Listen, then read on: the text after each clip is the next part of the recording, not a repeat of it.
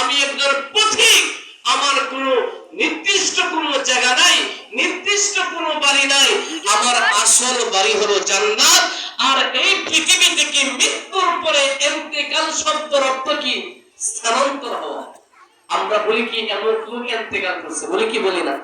ইন্তেকাল এটা আরবি শব্দ, এটার ব্যাখ্যা হলো, মূল অর্থ হলো ইন্তেকাল অর্থ স্থানান্তর হওয়া।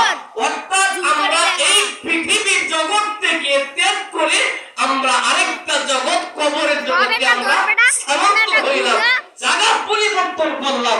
আর ওই জায়গা থেকে আল্লাহ তাআলা হাসরের ময়দানে তারা করাবেন গোটা হিসাব কিতাব সবকিছু শেষ হওয়ার পরে আল্লাহ তাআলা যে হবে জান্নাতি তাকে জান্নাত দিবেন, যে হবে জাহান্নামী তাকে জাহান্নামে দিবেন।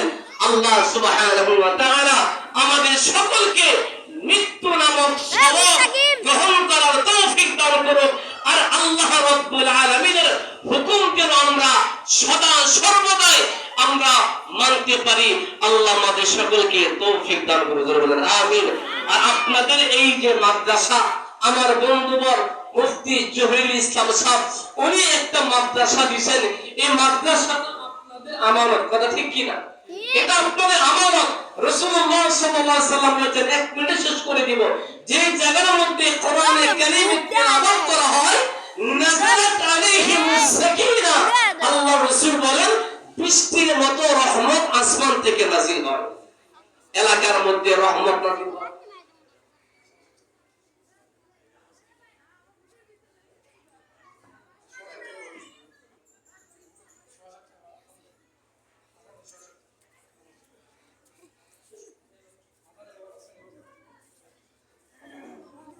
তাহলে ভাইয়ের আমার, এই যে মাদ্রাসা দ্বীনী প্রতিষ্ঠান, রাসূলুল্লাহ সাল্লাল্লাহু আলাইহি সাল্লাম বলেছেন খায়রুকুম মান তাআল্লামাল কুরআনা ওয়া আল্লামা, যেখানে আল্লাহর কোরআন তেলাওয়াত হয় বৃষ্টির মতো রহমত নাযিল হয়।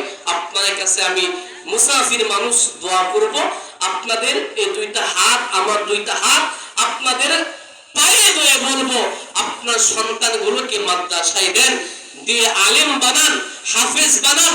মৃত্যুর সময় আপনার সন্তান যখন আপনার লাশটা সামনে নিয়ে আল্লাহু আকবার কান্নার চিতে কণ্ঠে যখন আল্লাহু আকবার বলবে, রাসূল বলেন তোমার সন্তানের পানি নাকের ডগার আগে আগে তোমার কবরে আযাব আল্লাহ তাআলা মাফ করে দিবেন।